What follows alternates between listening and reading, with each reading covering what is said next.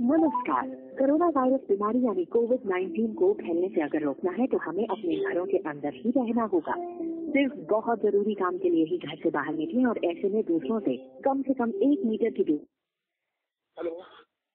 Hello, अस्सलाम वालेकुम। वालेकुम अस्सलाम, रमज़ान शरीफ मुबारक। जी अल्हम्दुलिल्लाह, आपको भी बताइए। तेरे घर में जैसे तरावी की नमाज पढ़ा सकते हैं? क्या घर में जैसे तरावी की नमाज पढ़ा सकते हैं? तरावी की नमाज पढ़ा सकते हैं या पढ़ सकते हैं, क्या पूछ रहे हैं? मतलब जमात के साथ। देखिए, तरावी की जो नमाज है एक्चुअल में इसका नाम है कयामुल लैल, ठीक है, यानी कि रातों का कयाम करना। अब जो रात होती है वो तो मगरिब के बाद भाई अंधेरा हो जाता है, रात अपना स्टार्ट हो जाती है। लेकिन जो ये कयामुल लैल है इसका मानना ये है कि ईशा के बाद से लेके फजर से पहले तक जो बीच का टाइम होता है इसमें जो इबादत होती है नवाफिल, उसको बोलते हैं कयामुल लैल, ठीक है।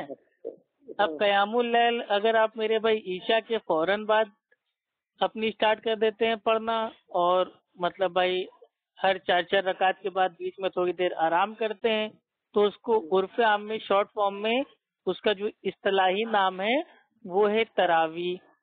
अगर इसी कयामुल लैल की नमाज को अगर आप ईशा के बाद भाई ना पढ़ के इसको रात के तीसरे पहर में अदा करते हैं तो इसको उर्फ आम में शॉर्ट फॉर्म में इस्तिलाही इसका नाम है तहज्जुद। और इसी कयामुल लैल की जो रकातों की जो तादाद है इसको अगर आपको ऑड करना है, वित्र करना है, तो वो जो नमाज आप पढ़ेंगे उसको उर्फ आम में शॉर्ट फॉर्म में उसका इस्तिलाही नाम है वित्र की नमाज, ठीक है। तो ये तरावी नमाज, तहज्जुद नमाज, वित्र नमाज ये कयामुल लैल ही है। वक्त के एतबार से जो इसकी जो कैफियत है वो चेंज हो जाती है। और चाहे मेरे भाई लॉकडाउन हो कोरोना का या आम सादे सालों में जो रमजान आते हैं जिसमें कोई लॉकडाउन ना हो, आप जो कयामुल लैल है वो चाहे तो मेरे भाई जमात से भी पढ़ सकते हैं और चाहे तो अपने घर में भी पढ़ सकते हैं। ये कोई ऐसा मुद्दा नहीं है लॉकडाउन का कि नहीं भाई सन 2020 में कोरोना वायरस की वजह से लॉकडाउन हो गया है तो घर में तरावी कैसे पढ़ें, क्या करें। नहीं, ये आम है।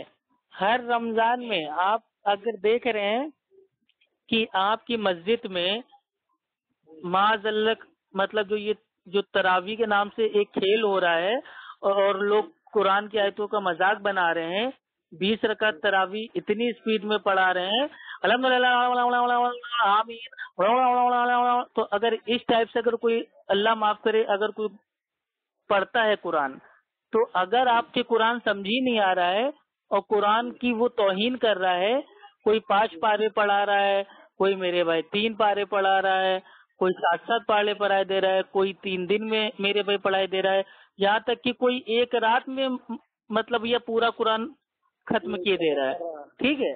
तो इस तरीके की अगर जमात से अगर आपको बचना है तो आप सादे दिन में अपने घर में पढ़ सकते हैं। मतलब जो सादे रमजान है जिसमें कोई लॉकडाउन ना हो, कोई मतलब भाई वो पाबंदी ना हो, उसमें भी आप घर पे कयामुल लैल सुकून से अदा कर सकते हैं। हाँ, लेकिन जमात के साथ अगर कोई ऐसी मस्जिद है जहाँ पे अल्हम्दुलिल्लाह किताबो सुन्नत की रोशनी में हो रहा है कयामुल लैल, रकातों की तादाद भले ही वहाँ 20 हो या 8 हो, उससे कोई मतलब नहीं है। लेकिन जो कुरान पढ़ने वाला जो इमाम हो वो बिल्कुल साफ कुरान पढ़ रहा हो, सुकून से पढ़ रहा हो, ठीक है।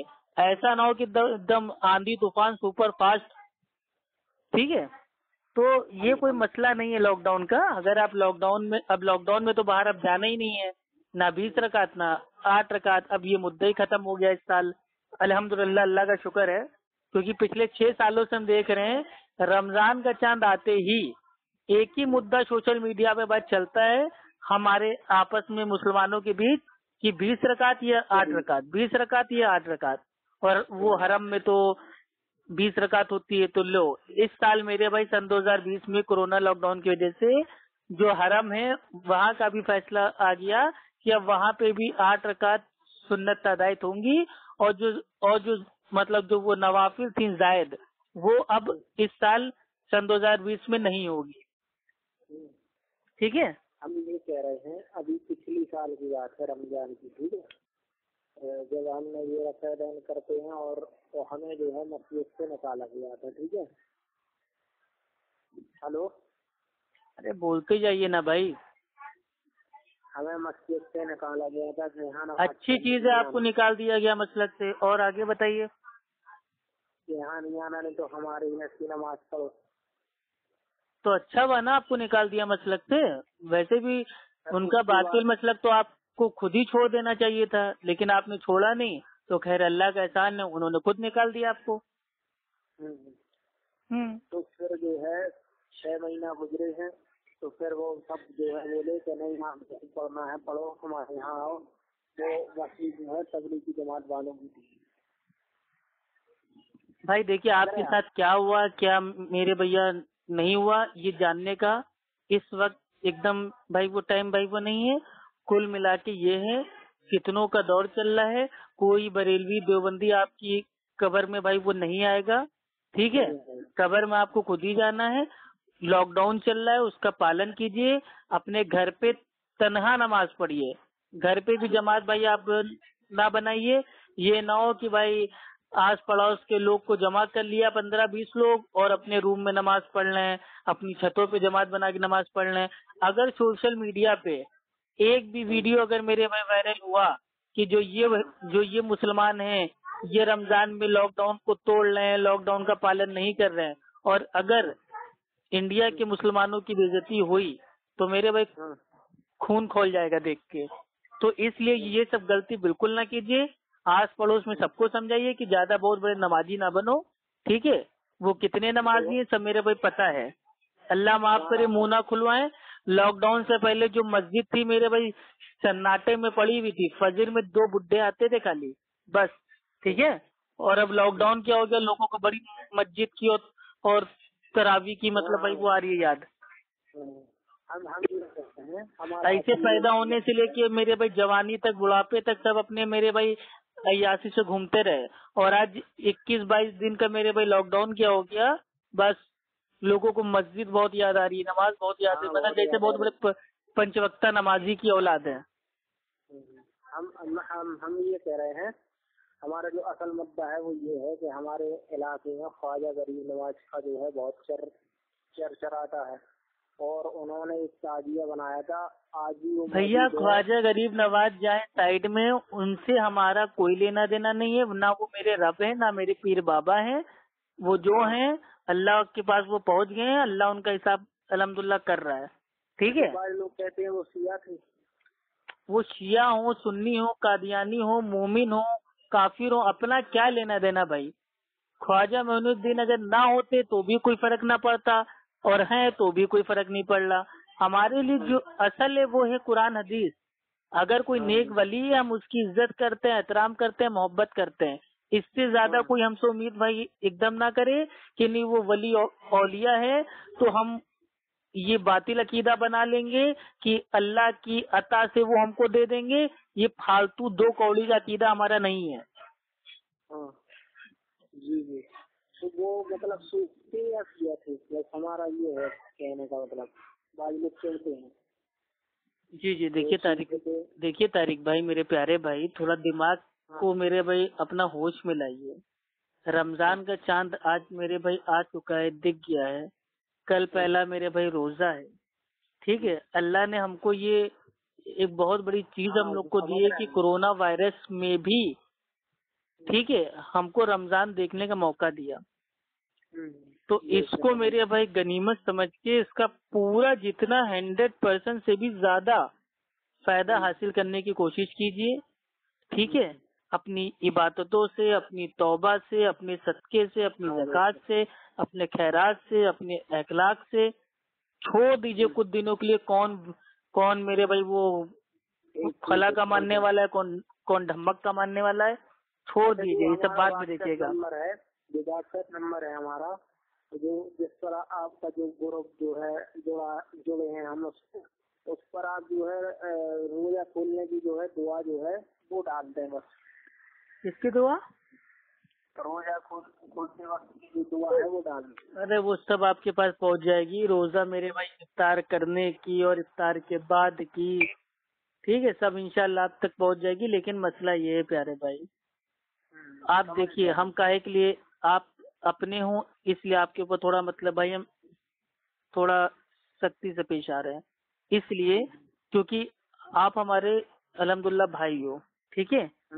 یہ موقع بالکل جانے مت دینا. اگلے سال میرے بھائی رمضان ملے نہ ملے کوئی گارنٹی نہیں ہے، اور ہو سکتا ہے اسی سال کا اللہ نہ کرے ہم لوگ کو آدھا ہی رمضان ملے، ٹھیک ہے.